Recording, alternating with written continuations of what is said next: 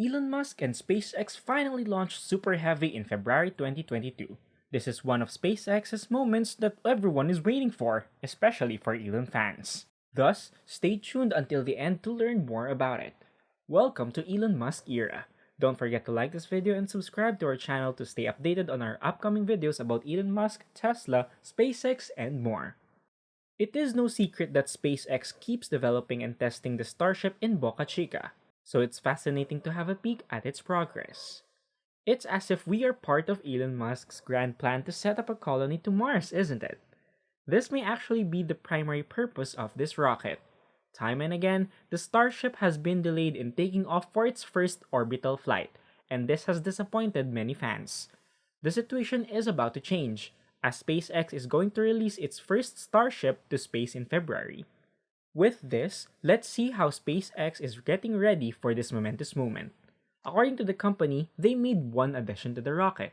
So, as this spaceship will finally be launched in February, we will bring you the latest from SpaceX. There is no easy way to develop a rocket, as rockets are one of the most difficult inventions that are known to man, and developing one to carry humans to space involves a great deal of work.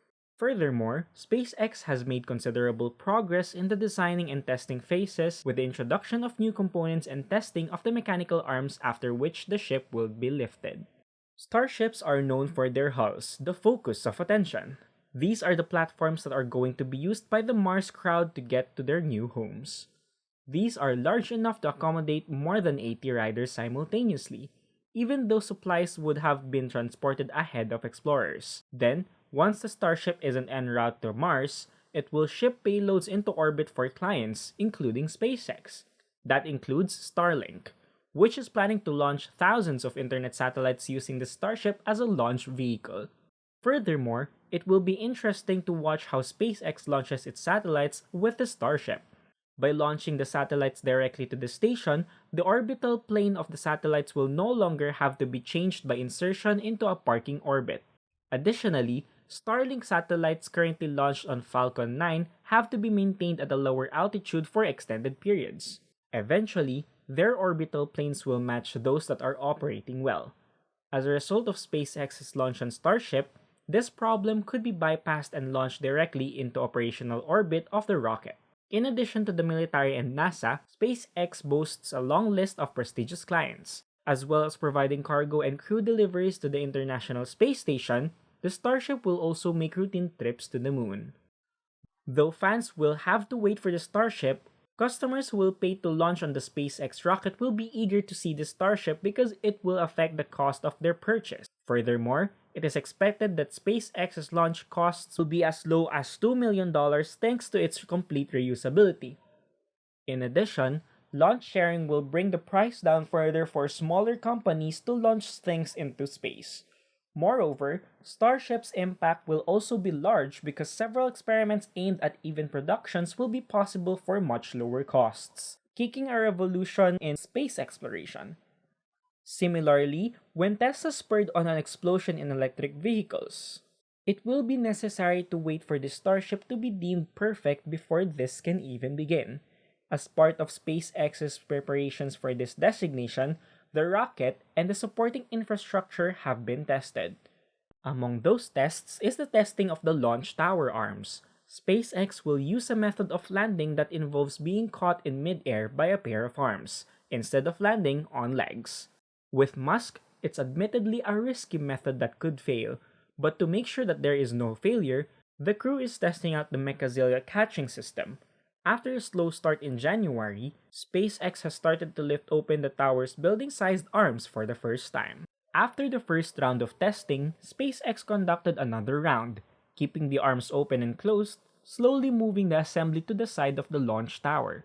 Furthermore, several tandem swing tests were added by SpaceX, suggesting more tests for applications that are on the way.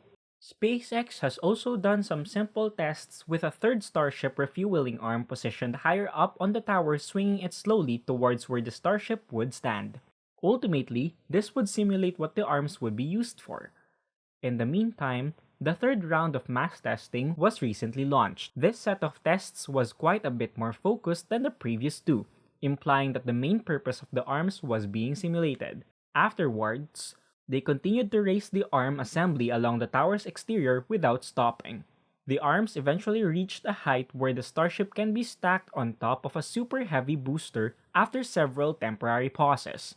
In addition to catching boosters and ships in mid-air, these arms are the primary means of lifting, stacking, and installing starships and super heavy boosters in a safe and accurate and precise manner. In addition to this, it might seem surprising that SpaceX isn't using cranes to place the Starship into its new position, since crane operations are weather dependent. Despite this, launch operations can occur at any time of the year thanks to a more robust arm setup. Furthermore, Musk plans to launch multiple rockets per day so that he can transport as many as 1 million people to Mars in a short period of time. Then, when the arms reached the top, SpaceX demonstrated a series of swing tests, mirroring the movements required to lift and swing the Starship over the top of Super Heavy and mate the two stages. Moreover, the tests were all completed without any apparent failures, which speak volumes about SpaceX's design capabilities. Ballasts would then be used to simulate the Starship weight by SpaceX. On the simulator frame, SpaceX installed 6 water bags, 3 on each arm as part of this test. In testing large structures and devices, these giant heavy-duty water balloons simulate payloads that may be too expensive or inconvenient for regular use but are regularly used for stress tests. Despite the bags being empty, the crew briskly moved the catch arms up and down the whole height of the launch tower. Then, the climb and descent of 120 meters took about 7 minutes and averaged 0.6 miles per hour or 1.3 kilometers per hour. The ship itself has undergone some interesting modifications aside from the addition of 3 Raptor engines, including the extensions of the propellant tanks for the new rocket engines as well as the relocation of one of the 2 secondary header tanks. Furthermore, Starship 24 will have a methane header tank on its nose cone, rather than the dome as it is. Starship's oxygen header tanks have always been located on the very tip of the nose, in such an inconvenient location with their sole intention of shifting the Starship's center of gravity forward. Now the header tank for methane will be incorporated into the nose since SpaceX needs to shift its center of gravity forward. SpaceX may have planned this change before realizing the improvements resulting from a stretched 9-engine Starship. Additionally, it could be a preemptive modification designed to counteract the added weight imposed by 3 more Raptors and longer tanks. It was evident that some changes were coming to the ship before Musk confirmed repositioning of the methane header tank. Printed on the side of a Starship section was a drawing showing how the design of the ship would undergo drastic changes from Ship 24 onwards. It appears that SpaceX will add a ring to several sections of the Starship. Furthermore, the cylindrical tankage and hull of current ships are comprised of 6 distinct sections stacked one on top of the other. This added to the standard nose cone design, which takes another 5 stack sections. To assemble the basic structure, counting the nose as one stack operation would take about 7 stack operations. Due to the new design changes sketched out on the Starship or S-24 ring and the new nose cone, which will debut on the same ship, assembling a nose cone would now take 2 or 3 stacks instead of 5, and building a Starship would take 6 stacks instead of 7. There is no significant redesigning, but the update simplifies and speeds up the Starship assembly process. There will also be a change to the ship's sections. Formerly, the section was made up of steel rings 1.82 meters tall, but new sleeves on the side have rings 1.4 meters tall. Meanwhile, SpaceX still hasn't stated what it hopes to accomplish with this change. However, it adds complexity and makes completing a section more time-consuming. Rough estimates place the weight of the bags between 120 and 300 tons after adding water.